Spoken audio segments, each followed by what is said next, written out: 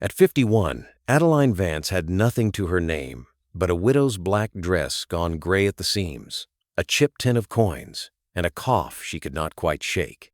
The bank had taken the rest, her farm, her furniture, the yellow curtains she had sewn by lamplight, and it was Silas Thorne, president of the Cedar Bluff Farmers Trust, who signed the paper that put her out on the road because her Tom had died in debt, and a dead man's debt, Thorne said, was still a debt.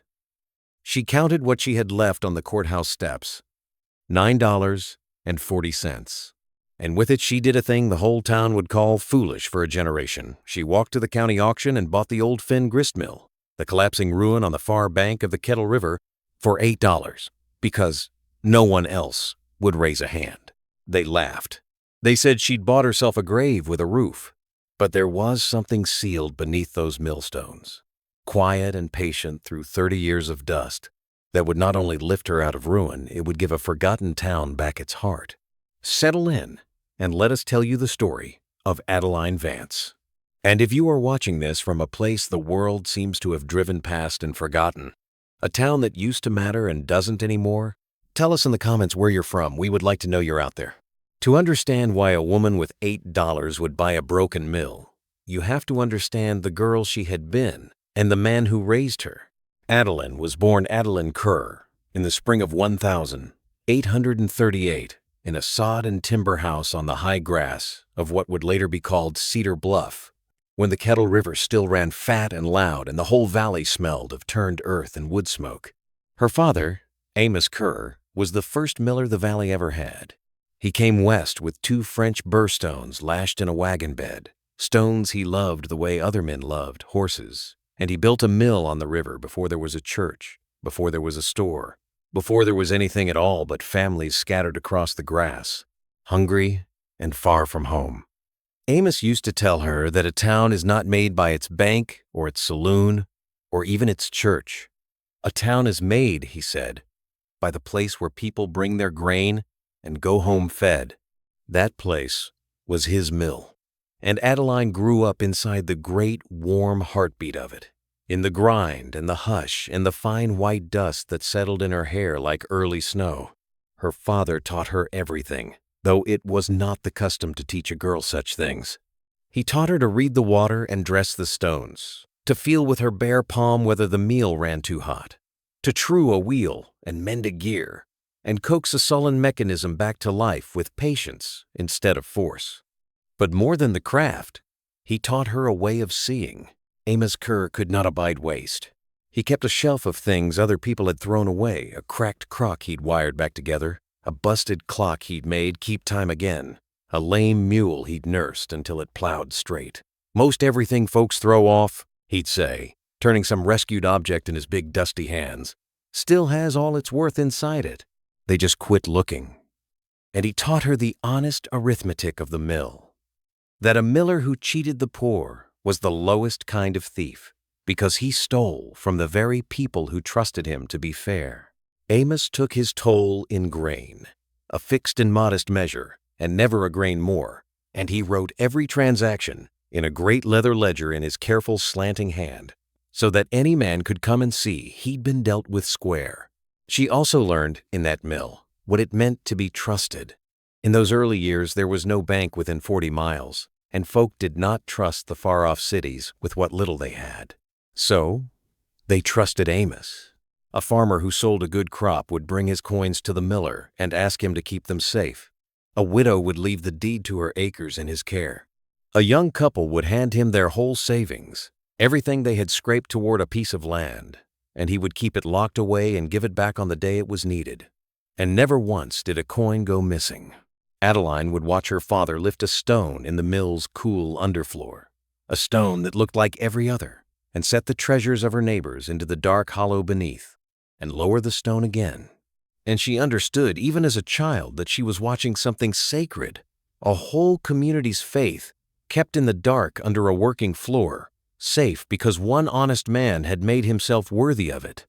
She married Tom Vance at 19, a gentle, laughing man who farmed the bottomland, and for a while her life ran as sweet and steady as the river.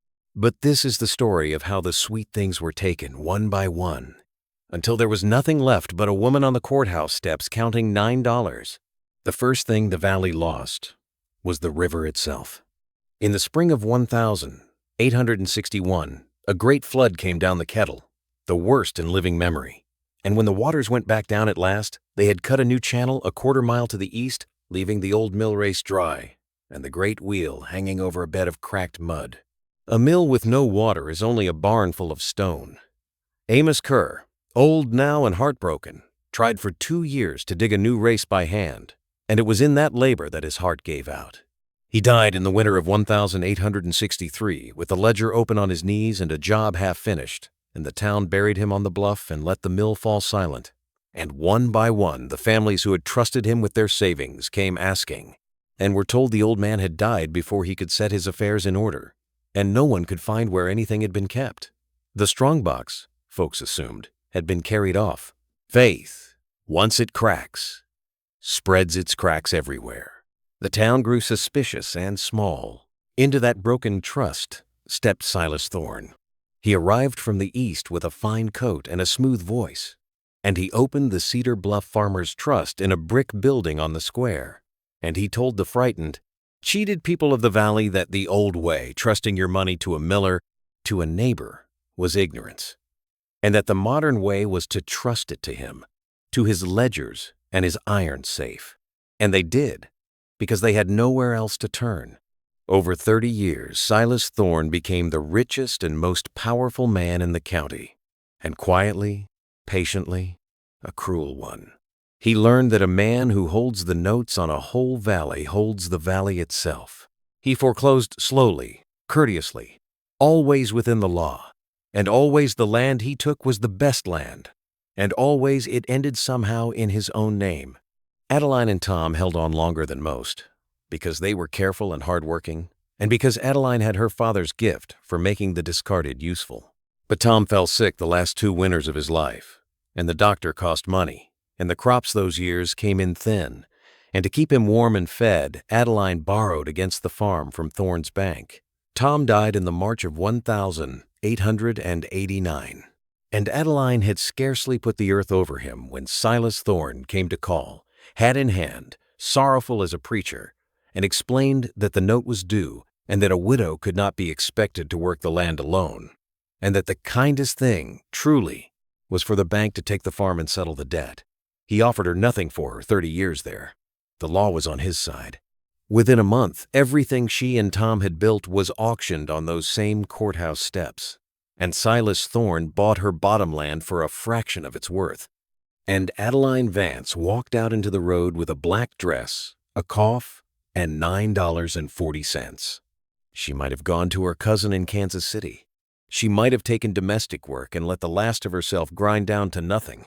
But that same afternoon, standing numb outside the courthouse, she heard the auctioneer read off the last worthless lot of the county's abandoned properties, and among them, in a bored and mocking voice, the old fen gristmill and 1 acre on the dry channel, no water rights, condition ruinous, bid opens at $8. The fen gristmill, that was what folk called it now, after the family who'd let it rot, though Adeline knew whose hands had truly built it. Her father's mill, and though a voice inside her said it was madness, that she was a homeless widow, throwing away nearly all she had for a pile of falling stone, another voice, older and deeper, the voice of a girl watching her father lower treasures into the dark, said only, "Go home." She raised her hand. No one raised one against her. The auctioneer, half laughing, brought down his gavel. For $8, Adeline Vance owned the ruin where she'd been born. She walked out to it that same evening, across the dry old channel and up the weedy bank, and she stood before the mill in the long gold light and wept, because time had been cruel to it. The roof had fallen in along the north side. Birds nested in the head race. The great wheel hung rotten and still. Inside, the floor was a wreck of collapsed timber and drifted leaves, and animals had denned in the corners, and everything wore 30 years of gray dust. But when she climbed down into the cool underfloor, where the machinery slept, she laid her hand on the cold iron of the main shaft and felt, beneath the ruin, the bones of her father's work still true. And there, in the failing light, her eye caught something she had not thought of in 30 years. Set into the underfloor was a row of flat foundation stones, and one of them she remembered now. She remembered her father's hands. One of them was not mortared like the rest. It had a shallow groove worn along one edge, the groove where a man's fingers had lifted it 1,000 times. Her heart began to pound. She was too weak and too tired that night to move it. But she slept in the least ruined corner of her father's mill wrapped in her shawl, and in the morning, with a broken bar of iron for a lever, Adeline lifted the stone. Beneath it was not a strong box. Beneath it was a hollow lined with slate, dry and clean after 30 years. And in the hollow lay a single object wrapped in oilcloth.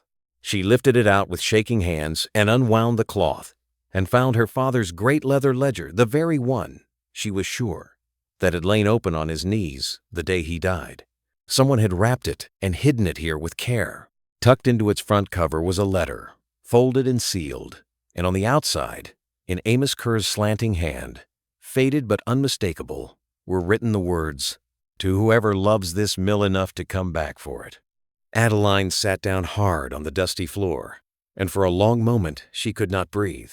Her father had known. Somehow, dying, he had known that the strong box was not lost, that his life's honest work was not a thief's crime, and he had left the truth here in the dark for someone with eyes to see. She did not yet understand what she held. She only knew with a certainty that reached back through 30 years that she had not been foolish. She had come home to something.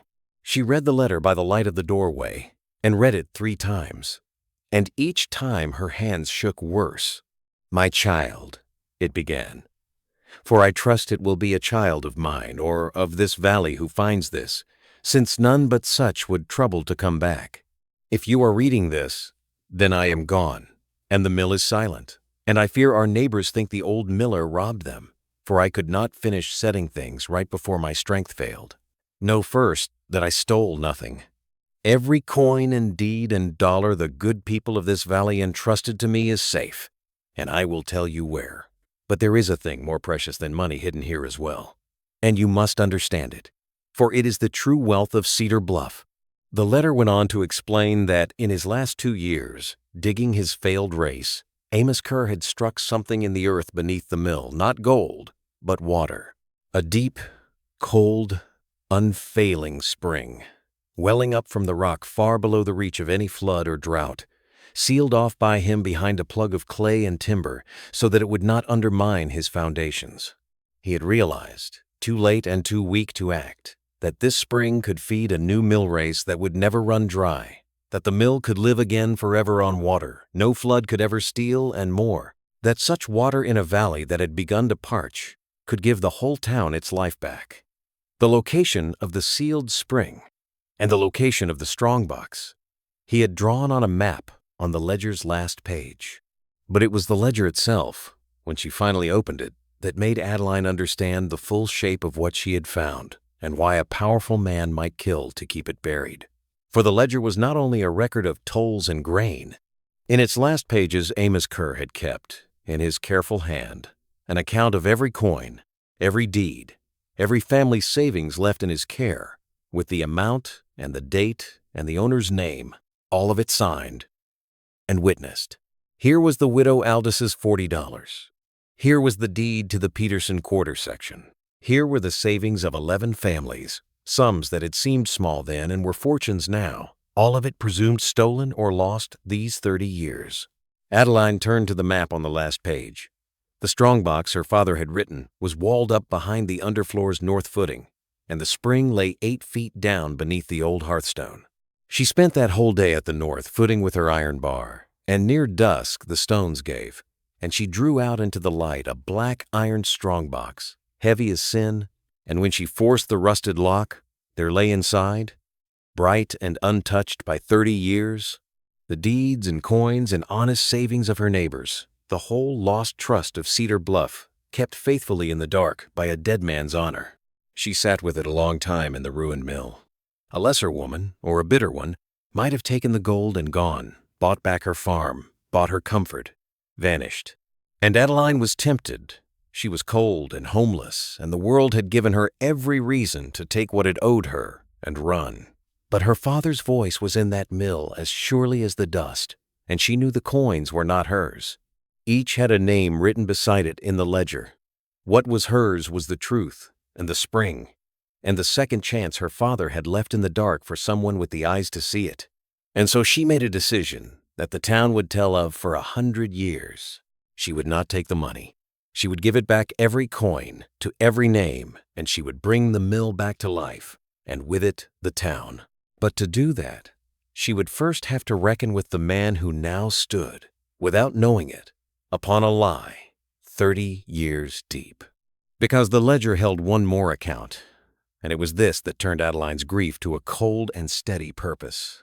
Among the last entries in her father's hand was a record of a large deposit, the entire proceeds of a good year's harvest from a dozen families, pooled together in 1862 to buy a great tract of the valley's best bottomland from the railroad, held in trust by the miller until the sale could be completed. The families were listed, the sum was listed, and then, in a different ink, a note her father had added near the end. The railroad man who was to complete this sale is one Silas Thorne, lately come among us. I do not trust his eyes. Adeline sat very still. She knew that bottomland. It was the richest ground in the county, and every acre of it now stood in the name of Silas Thorne, who had arrived in Cedar Bluff not as a banker at all, but as the railroad's land agent, the very man entrusted to complete a purchase for a dozen trusting families. A man who had told those families their money was lost when the miller died, and had quietly kept the land for himself, and had built his whole empire, his bank, his power, 30 years of slow foreclosure, on that first stolen trust. The farm he had taken from Adeline that spring stood on that same bottomland. He had not merely ruined her, he had built his ruin of her on the grave of her father's honor. She did not act rashly, for she had her father's patience. She told no one at first. She worked. Through the long summer of 1889, she labored alone to bring the mill back, sleeping in its dust, eating what she could snare and forage, coughing in the cold mornings and working through it. She cleared the fallen roof and patched it with split shakes. She dressed the great burstones with her father's own tools, still hanging where he'd left them. And following his map, she dug down beneath the old hearthstone, 8 feet through clay, until her spade struck the timber and clay plug her father had set. And when she broke it through, cold, clear water welled up around her boots, the sealed spring, unfailing after 30 years, exactly as he had promised. She wept, standing in it. Then she dug her father's new race, the one he had died trying to make, and it was slow and brutal work for one aging woman, but she did it foot by foot, and by the first frost, the water ran, and one gray October morning Adeline Vance opened the gate, and the great wheel of the Kerr mill turned again for the first time in a quarter century, groaning, streaming, alive. The sound of that wheel carried across the valley, and folk came out to the dry channel that was dry no more to see the miracle of it, the widow they had called foolish, standing white with flour dust in the door of a working mill. But not all who came were glad. Word reached the brick bank on the square, and Silas Thorne came out himself in his fine coat to see. And Adeline watched his smooth face as he looked at the turning wheel and the running water, and she saw something flicker behind his eyes that was not wonder but fear. For a man who is buried alive beneath a mill does not like to see the mill come back to life. He offered, that very day, to buy the mill from her at a generous price, he said, far more than she'd paid, for surely a woman alone could not run such a place.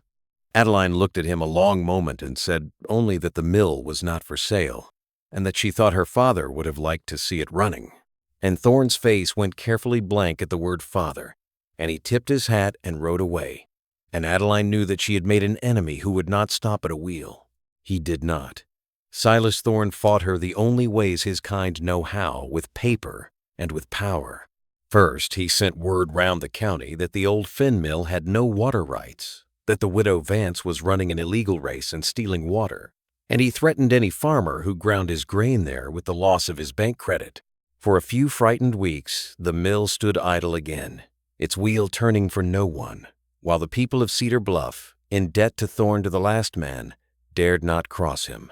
Then he moved against the deed itself, filing in the county court a claim that the auction sale had been improper, that the mill and its acre by rights reverted to the bank as an old encumbrance, and he had judges who owed him favors and lawyers who feared him, and it seemed for a while that he would simply take the mill from her as he had taken everything else, by the slow, courteous, lawful cruelty at which he was a master. Adeline had no money for lawyers. She had only a leather ledger wrapped in oilcloth, and she understood at last that the time had come to use it not for herself, but for them all. She had only a leather ledger wrapped in oilcloth, and she understood at last that the time had come to use it not for herself, but for them all. She chose her ground carefully, the way her father had taught her to read water before opening a gate. The county fair fell on the last Saturday of October, and the whole valley gathered on the square, and the court sat that day to rule on Thorne's claim to the mill, and Silas Thorne stood before his neighbors in his fine coat, certain of victory, a small, triumphant smile upon his face. And into that square walked Adeline Vance, in her gray-black widow's dress, carrying her father's ledger and the black-iron strongbox, and she asked the judge for leave to speak, and something in her quiet, upright bearing made the crowd fall silent, and the judge grant it. She did not raise her voice. She never raised her voice. She simply opened the ledger and began to read the names, the sums, the dates, the honest record of a dead man 30 years, slandered as a thief. She read the widow Aldis's $40, and old Mrs. Aldis, 90 now and half blind in the front row, began to weep. She read the Peterson deed and the Larson savings, and one by one the families named in that book, or their children, or their grandchildren, rose to their feet in the crowd. And then she opened the strongbox before them all and let them see it, the coins, the deeds, 30 years of lost faith, bright and whole in the autumn sun, and she said, so that all could hear, my father kept every promise he made to you. He never robbed you. He kept your trust safe in the dark until someone should come back for it. I have come back. Here is what is yours. And she began to give it back, name by name, into the hands of the astonished poor. The square was in an uproar of weeping and wonder, but Adeline was not finished, for there was one account left to read. She turned to the last page, and in the sudden hush she read her father's final entry, the pooled harvest money of 12 families, given in 1862 to the railroad's land agent to buy the valley's best bottomland, held in trust, and the agent's name written plain, Silas Thorne. And she lifted her eyes to the man in the fine coat and said that the money had never been lost when the miller died, that the land had been bought and the deed diverted, that every acre Silas Thorne called his own, his bank, his power, the very bottomland he had foreclosed from her own hands that spring, had been built upon the stolen trust of his own neighbors, and that here, in her father's witnessed hand, was the proof of it. She held up the ledger, and the crowd, which had feared Silas Thorne for 30 years, turned as one and looked at him, and in their faces was the end of his reign. He tried to speak, to smooth it over as he had smoothed over everything, but there is no smoothing over a dead man's honest ledger read aloud before a whole town. The court took the book. The suit against the mill collapsed that hour, and in the slow months that followed, the courts unwound the empire of Silas Thorne thread by thread, and the stolen bottomland was returned to the families it had been taken from, and Adeline Vance's own farm was restored to her by the same law that had stripped it away. Thorne himself was not hanged, nor beaten, nor run out with torches, for that was not the justice her father would have wanted. He was simply, finally, seen stripped of his fine coat of respectability, left to answer to the law and to the cold contempt of every neighbor he had wronged, an old man alone with the truth of himself, which for a man like Silas Thorne was the heaviest sentence of all. But Adeline did not build her life on his downfall, for that was never the point. The point was the mill, and the water, and the town. With the deep spring feeding the race, the Kerr mill would never run dry again, and Adeline threw open its doors to every farmer in the valley, and she took her toll the way her father had a fixed and modest measure, never a grain more. And she wrote every transaction in a new leather ledger in her own careful, slanting hand, so that any man could come and see he'd been dealt with square. And she did one thing more. The unfailing spring gave far more water than one mill could use. And so, with the freed and grateful families laboring beside her, Adeline dug channels out from the old race across the parched valley, and the cold, clear water her father had found and sealed away ran out at last into the fields and the gardens and the dry throats. The town came back. A store reopened on the square where the bank had been. Families who had drifted away drifted home. And at the heart of it all, turning slow and steady and full of life, was the great wheel of the mill, where a girl had once watched her father lower a whole town's faith into the dark, and where an old woman had lifted it, into the light. At 51, Adeline Vance had owned nothing but a gray-black dress, a chipped tin of coins, and a cough she could not shake, and the man who cast her out had called it kindness, and the town had called her foolish for spending nearly her last dollar on a ruin no one else would touch. But there had been something sealed beneath those millstones, quiet and patient through 30 years of dust. Not gold, though there was gold. Not water, though the water saved them all. But a truth. The truth that her father had been honest to his last breath. The truth that a whole community's trust, given away in faith and thought forever lost, had waited safe in the dark for someone with the eyes her father had taught her, the eyes that could look at a thing the world had thrown away. A ruined mill, a slandered name, a widow of 51, and still see all its worth inside it. Most everything folks throw off, he used to say, still has all its worth. They just quit looking. Adeline never quit looking, and because she did not, a forgotten valley got its heart back. That is the story of Adeline Vance, the foolish woman who bought a dead man's mill for $8 and gave a town back its life. Thank you for staying with us to the end of Adeline's story. It means more than you know that you spent this quiet hour here with us.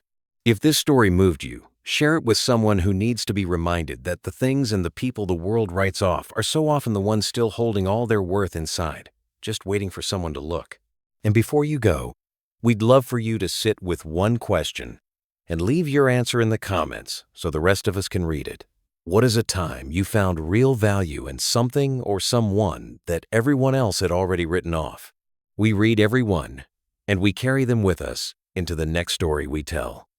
Until next time, friend, keep looking closely, keep your own promises well, and stay close.